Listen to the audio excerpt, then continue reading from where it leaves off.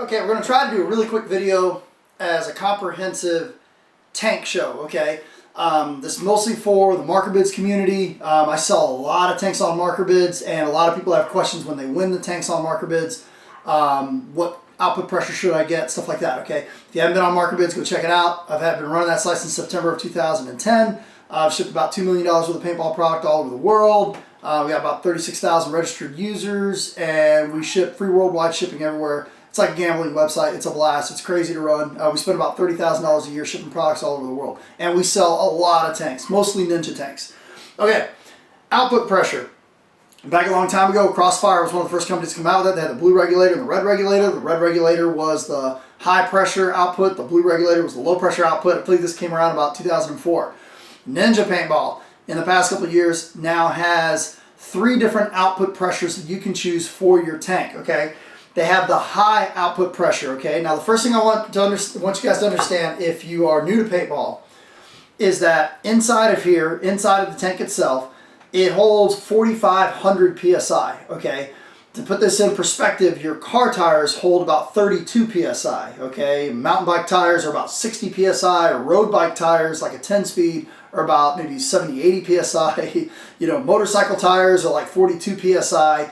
4,500 PSI, 4,500 PSI. It is an insane amount of pressure that these tanks hold inside of these carbon fiber aluminum wrapped cylinders here. Now, this pressure has to be regulated before it leaves the tank. 4,500 PSI is an insane amount of pressure. The output pressure here is what we're talking about, which is what's here on the regulator. Traditionally in the past, it used to be like 600 PSI, but you know, companies like Ninja Paintball are now making regs that are pressure specific. So let's talk about that. Right now through Ninja Paintball, you can get 3 different output pressures for that. You can get what's called the high output pressure, which is about 850 PSI or higher if you need it.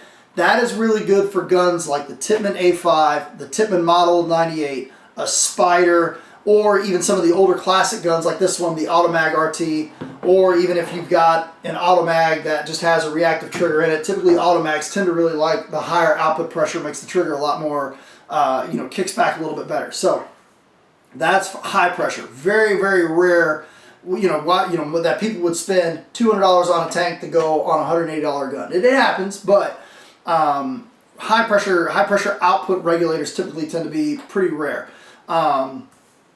Medium pressure, which is 550 PSI output pressure, is usually what most people are going to want to go with for guns that have macro line, okay? E-Techs, Protos, okay? Maybe some of the older DMs, stuff like that.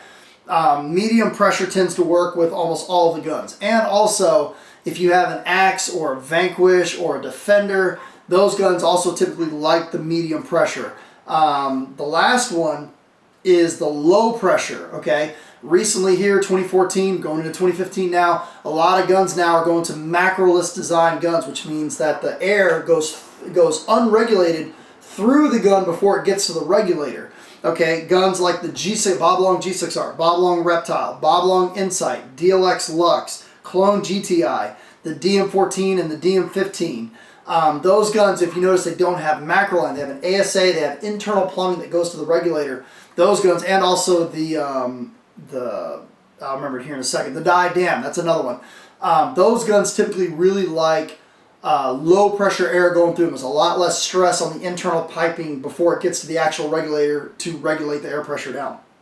Another thing, I've also ran the Planet Eclipse LV1 and the Geo 3.5. I've run both of those guns on low pressure, which is 300 PSI output, somewhere around 300 PSI output, and they worked great. Most high-end guns will work just fine with low pressure, and the Ninja regulators lately have gotten with so much output flow that you can run low pressure on most guns, even with macro lines, such as the Proto Rail and stuff like that. The next thing we're going to talk about, I'm going to leave a tip really quick here, which is reg removal. Here's something that's really, especially if you order these tanks directly from Ninja, or if you have the choice to have your reg removed, I would definitely recommend, once you understand how this works, have your reg removed, especially if you're a tournament player. Here's why. You can get your regulator removed, and now if you ever go and play at a tournament, instead of having to have because if you ever played at a tournament, you see, a burst disc break all the time. Okay, there's a lot of air, a lot of junk, dirt, dust, moisture that get caught, that get blown through the high pressure air lines, and that gets into your regulator and it can cause you to blow burst discs. If you have your regulator removed, well, all you need to carry is just an extra regulator. You don't need another tank, okay? And that can make a pretty big difference when you're flying to an event and you're trying to meet that 50-pound weight limit. Instead of carrying 2 tanks, you just need 1 bottle and 2 regulators. So if you blow a regulator at an event, which has happened to me, just unscrew your, degas the gun or degas the regulator, unscrew the regulator, put the new one on, and now you can continue playing. So it cuts down quite a bit on how much you need to carry to events. I've noticed I carry 1 bottle, 2 regulators, and I don't have to worry about carrying 2 tanks at the field, and it's less likely something to get stolen. Let's also talk about what is the best way to fill your tanks at home. Probably the least best way I would probably say to do it is to buy a big tank, okay, like the new Ninja SL tank or something like that, the 90 cubic inch tank. Get yourself a really big tank, and then when you're at the field, just fill the thing up, okay? Fill it up at the fill station, fill up to 4,500 PSI. Now you've got more than enough air to tech tune guns when you're at home, and it's small, compact, and light. If you don't want to go that route, which is the route I highly recommend, just buy yourself a 4,500 PSI, 90, 98, 88 cubic inch, 110 cubic inch, the biggest tank you can get. It's the cheapest thing to do. Then you can also get a scuba tank, which weighs a ton, and which runs about 170 bucks, and you can also get a fill station for about $40, and then that's going to allow you to fill to 3,000 PSI a couple times.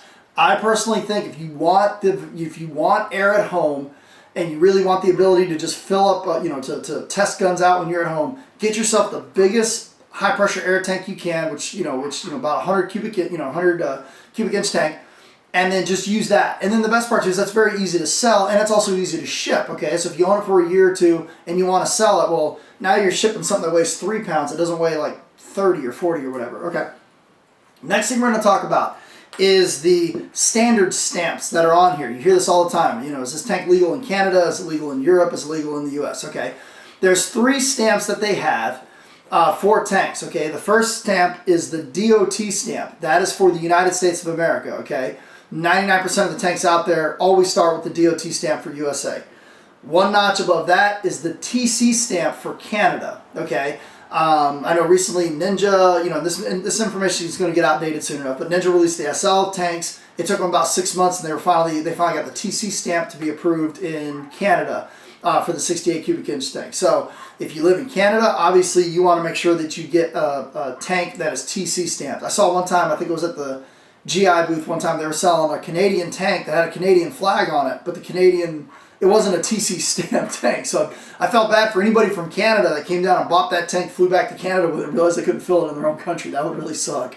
Okay, the third one, and this is for filling it in Europe, is the PI stamp. Okay, now usually it goes in that order. Okay, I've rarely ever seen a PI stamp tank that doesn't have the TC or the Canada. Usually it goes TC or it goes DOT for USA, TC for Canada, then PI for Europe. And usually if it's a European tank, it's got all 3 of them. So which ones have all 3? Right now the die tanks, the die throttle tanks, are stamped for all 3. I think there's also a couple Gorilla Air tanks that have it also. If you go on ANS gear, you can actually click on it. But if you live in Europe, especially if you travel here to the States and you pick up a tank, you definitely want to make sure it's got the PI stamp on it. If you live in Canada and you come here and shop in the States, you want to make sure that you're getting a TC stamp tank. Here in the USA, we're just lucky. All the tanks are usually eligible to be filled here.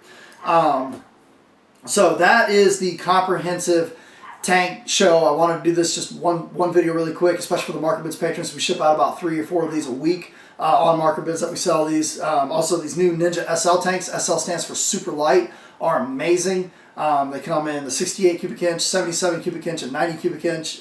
These things are super. These things do not feel like the 68 cubic inch tanks. They're very lightweight. So hopefully that helps clear up any questions you might have in regards to high pressure air tanks, stamps, output pressure, all that stuff. If you have any questions about your particular gun, go ahead and post it down below, and either myself or somebody else will answer for you. Thanks for tuning in.